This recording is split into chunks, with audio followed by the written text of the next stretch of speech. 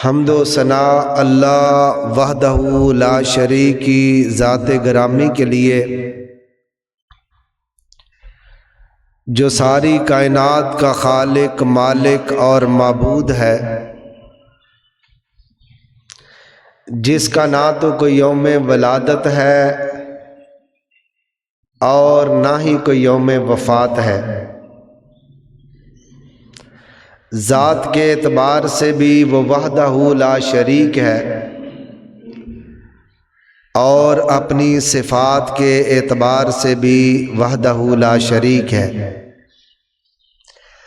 لاکھوں کروڑوں اربوں درود و سلام ساقی کوثر، شافی محشر، نبی اکرم جناب محمد الرسول اللہ صلی اللہ علیہ وآلہ وسلم کی ذات طیبہ پر کہ جن کو اللہ تعالیٰ نے رحمت کائنات بنا کر بھیجا اور جن کے ذریعے اہل کائنات کی ہدایت اور رہنمائی کا انتظام فرمایا۔ اللہ تعالیٰ کی لاکھوں کروڑوں رحمتیں نازل ہوں صحابہ اکرام رضوان اللہ علیہ مجمعین پر کہ جنہوں نے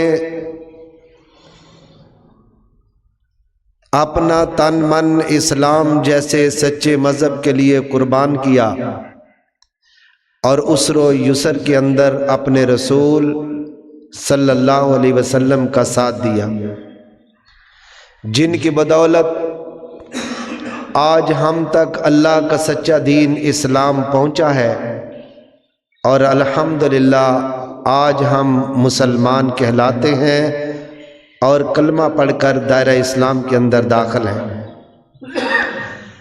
آج کا یہ عظیم الشان خطبہ جمعۃ المبارکہ جو کہ جامع مسجد رحمانی اہل حدیث لدڑ کے اندر سیرت النبی صلی اللہ علیہ وسلم کی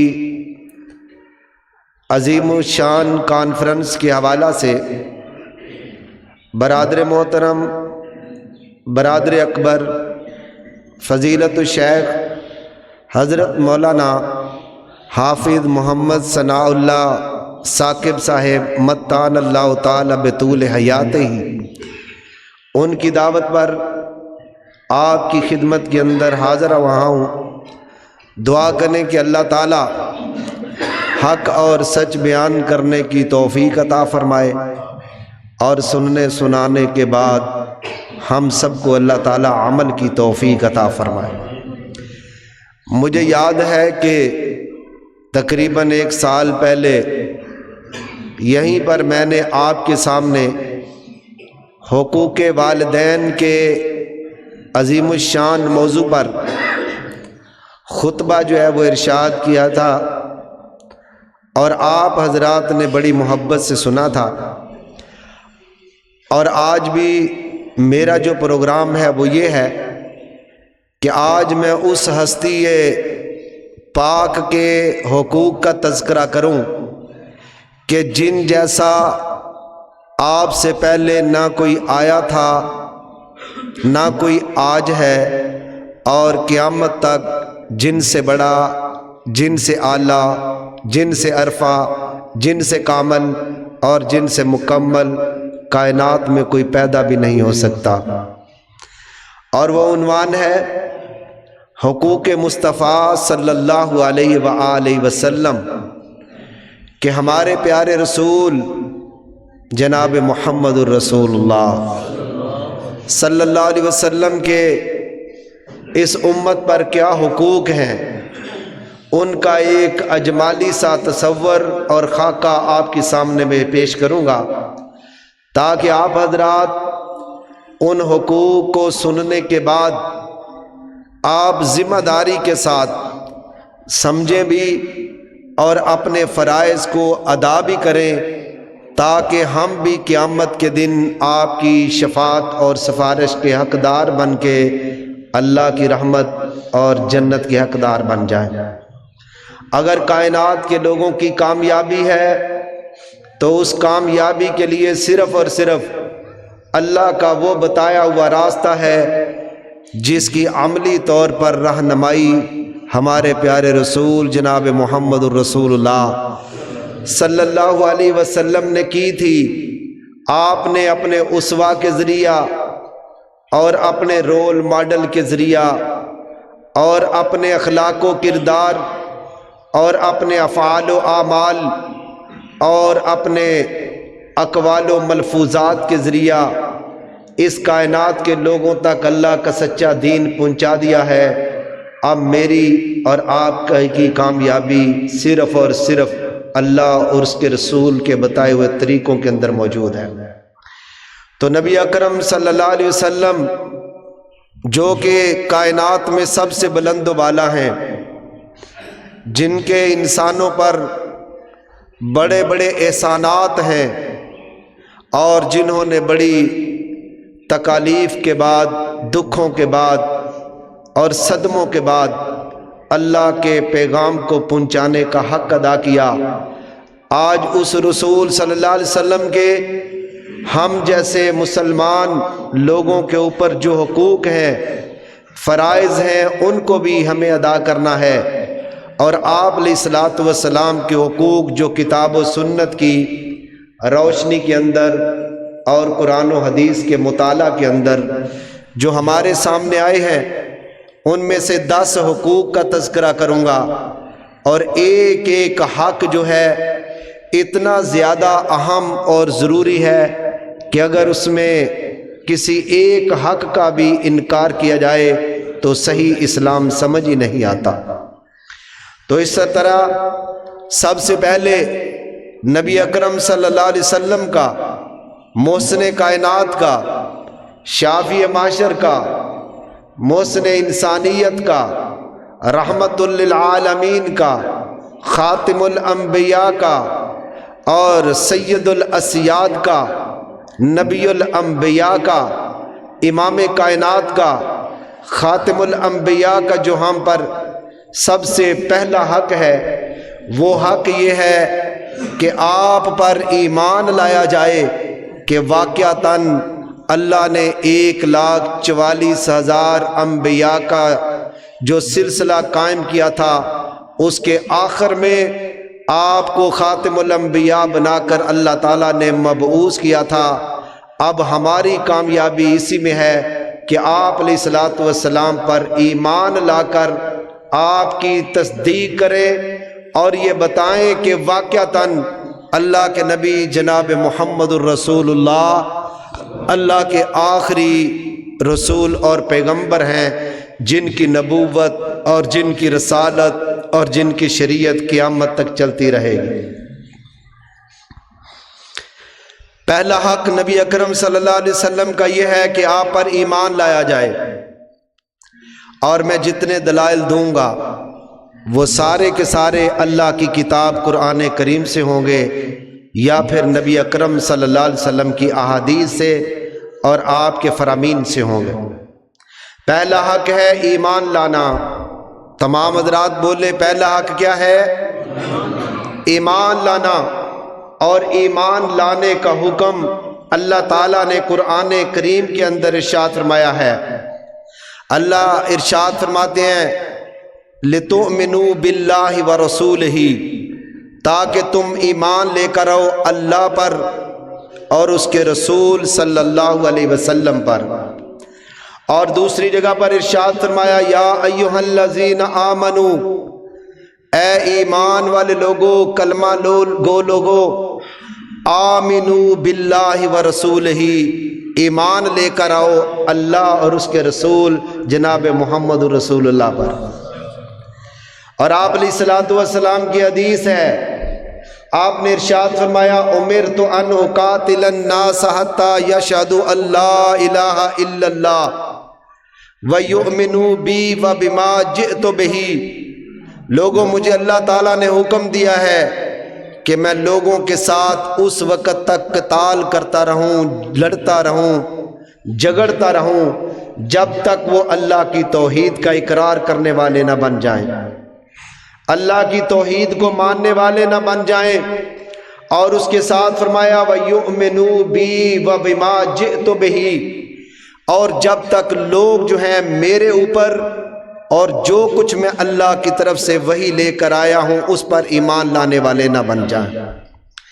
اب میں نے 2 آیات اور ایک حدیث آپ کے سامنے رکھی ہے جس میں یہ بات ثابت ہوتی ہے کہ امت پر سب سے پہلا حق یہ ہے نبی اکرم کا کہ آپ پر ایمان لایا جائے، اور ایمان لانے کے بعد آپ علیہ الصلوۃ والسلام کی اطاعت کرنی ہے۔ اور ایمان لانے کا مطلب جو ہے وہ آپ ذہن میں رکھیں، ایمان لانے کا مطلب یہ ہے کہ اقرار باللسان ہو اور تصدیق بالقلب ہو وعمل بالجوارح، یعنی زبان سے اقرار کرنا اور دل سے اس کی تصدیق کرنا، اور پھر اپنی زندگی کے سارے عمل اللہ کے نبی صلی اللہ علیہ وسلم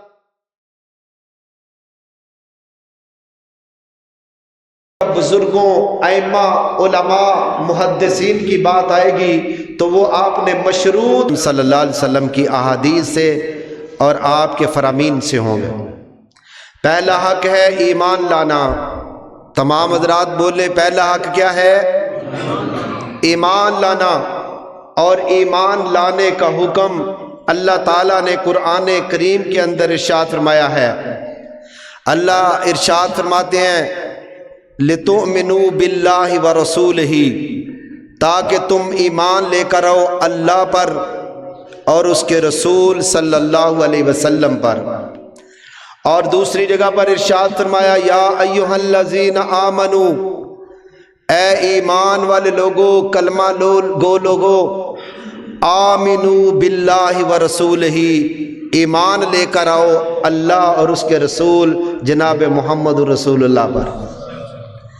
اور آپ علیہ الصلوۃ والسلام کی حدیث ہے، آپ نے ارشاد فرمایا امرت ان اقاتل الناس حتی یشہدوا ان لا الہ الا اللہ وَيُؤْمِنُوا بِي وَبِمَا جِئْتُ بِهِ، لوگوں مجھے اللہ تعالیٰ نے حکم دیا ہے کہ میں لوگوں کے ساتھ اس وقت تک قتال کرتا رہوں، لڑتا رہوں، جگڑتا رہوں جب تک وہ اللہ کی توحید کا اقرار کرنے والے نہ بن جائیں، اللہ کی توحید کو ماننے والے نہ بن جائیں۔ اور اس کے ساتھ فرمایا وَيُؤْمِنُوا بِي وَبِمَا جِئْتُ بِهِ، اور جب تک لوگ جو ہیں میرے اوپر اور جو کچھ میں اللہ کی طرف سے وحی لے کر آیا ہوں اس پر ایمان لانے والے نہ بن جائیں۔ اب میں نے 2 آیات اور ایک حدیث آپ کے سامنے رکھی ہے جس میں یہ بات ثابت ہوتی ہے کہ امت پر سب سے پہلا حق یہ ہے نبی اکرم کا کہ آپ پر ایمان لایا جائے، اور ایمان لانے کے بعد آپ علیہ الصلوۃ والسلام کی اطاعت کرنی ہے۔ اور ایمان لانے کا مطلب جو ہے وہ آپ ذہن میں رکھیں، ایمان لانے کا مطلب یہ ہے کہ اقرار باللسان ہو اور تصدیق بالقلب ہو وعمل بالجوارح، یعنی زبان سے اقرار کرنا اور دل سے اس کی تصدیق کرنا، اور پھر اپنی زندگی کے سارے عمل اللہ کے نبی صلی اللہ علیہ وسلم کے طریقوں کے مطابق گزارنا، اس کا معنی ہوتا ہے ایمان لانا۔ اور اس کے بعد جو دوسرا اللہ تعالیٰ کے نبی صلی اللہ علیہ وسلم کا ہم پر حق ہے، وہ دوسرا حق یہ ہے کہ آپ علیہ الصلوۃ والسلام کی اطاعت کی جائے۔ دوسرا حق کیا ہے؟ اطاعت کی جائے، اور آپ علیہ الصلوۃ والسلام کی اطاعت کرنا واجب ہے، فرض ہے۔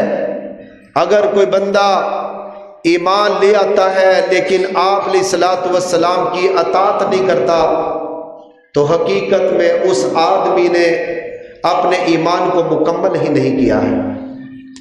اطاعت کرنا آپ علیہ الصلوۃ والسلام کا امت پر حق ہے کہ لوگوں کو کہ وہ نبی اکرم صلی اللہ علیہ وسلم کی اطاعت کریں، اور اس کے لیے اللہ تعالیٰ نے قرآن کریم کے اندر ارشاد فرمایا یا ایھا الذین آمنوا اطیعوا اللہ و اطیعوا الرسول ولا تبطلوا اعمالکم، لوگو اللہ اور اس کے رسول کی اطاعت کرو اور آپ کی اطاعت کرنے کے اندر کامیابی ہے، ولا تبطلوا اعمالکم، اور آپ کی نافرمانی کر کے اپنے اعمال کو ضائع نہ کرنا۔